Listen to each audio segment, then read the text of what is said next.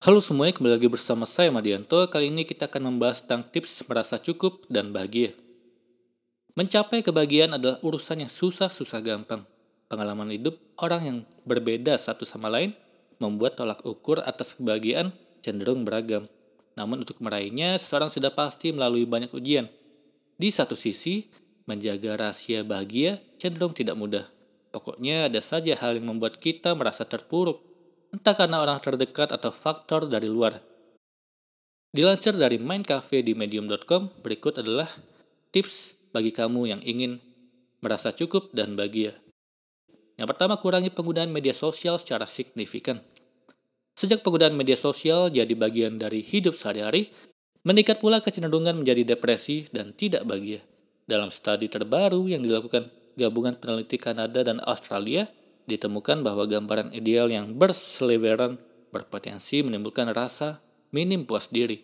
Menurut Dr. McJay dalam buku The Defining Decade, tidak ada yang salah kalau orang cuma membagikan hal-hal terbaik di akun media sosialnya.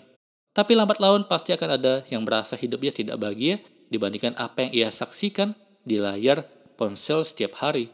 Rata-rata manusia menghabiskan 2 jam 24 menit setiap hari untuk mengecek media sosial. Waktunya ini bisa dikurangi.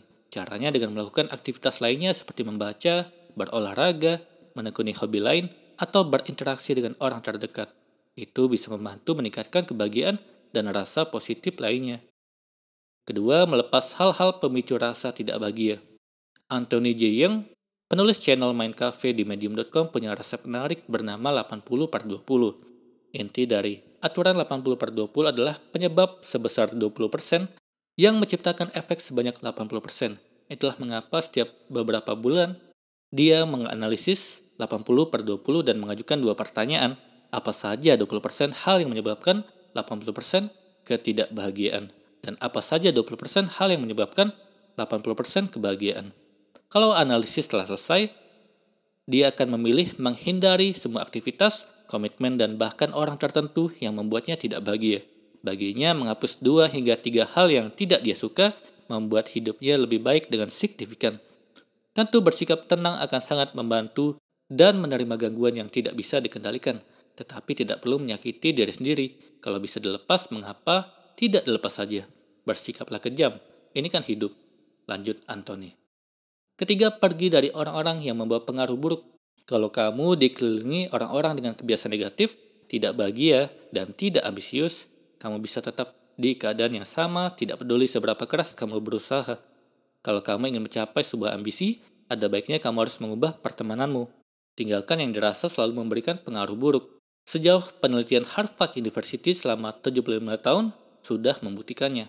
Relasi pertemanan yang baik membuat kita lebih bahagia dan lebih sehat. Kalau ingin meningkatkan kebahagiaan, singkirkan orang-orang yang kamu anggap selalu membawa pengaruh buruk. Gunakan resep 80/20 sebelum dijabarkan oleh Anthony J. Young. Cari 20% teman atau keluarga yang selama ini menjadi sumber 80% rasa tidak bahagia, ragu, marah, dan masih banyak lagi. Ajak mereka bicara dan tetapkan sejauh mana relasi kalian. Keempat, singkirkan ambisi untuk pembuktian diri. Memang tidak ada yang salah berambisi meraih tujuan yang besar, tapi banyak yang mengejar tujuan tersebut untuk membuktikan sesuatu kepada orang lain dan diri sendiri. Mereka ini sangat peduli dengan apa yang orang lain pikirkan, sehingga perlu membuktikannya. Secara singkat, mereka ingin memvalidasi keberadaan mereka. Tapi ambisi membuktikan diri sendiri itu rentan. Kamu bisa semakin jauh dari kebahagiaan. Keinginan jadi sempurna membuat kamu malah mengarah ke depresi, cemas, dan rasa lelah. Standar kesempurnaan memang abstrak dan selalu berubah-ubah. Tapi siapa kamu dan segala kemampuanmu yang bersifat konstan? Hasilnya pencapaian kamu yang sekarang bisa saja kamu anggap belum memenuhi ambisi. Kalau perjalanan meningkatkan kualitas diri tidak membuat menjadi orang yang lebih baik, apakah kita masih akan melakukannya?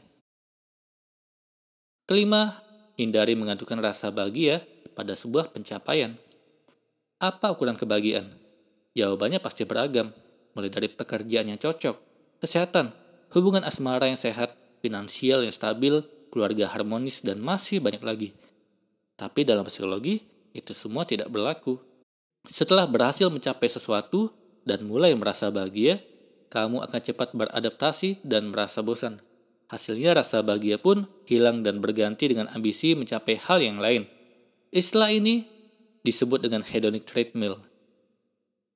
Kita memang boleh mencapai target-target dalam hidup, tapi usahakan target-target itu tidak serta-merta menjadi sumber kebahagiaan. Ini agar kamu merasakan lebih banyak kebebasan dan kemudahan. Sebab kalau sumber kebahagiaan tersebut hilang karena sebuah hal, maka kamu juga ikut merasa hampa. Intinya lebih baik bersyukur atas apa yang dimiliki sekarang. Hindari mengejar sumber kebahagiaan yang muluk-muluk. Semoga ini bermanfaat. Sekian dan terima kasih.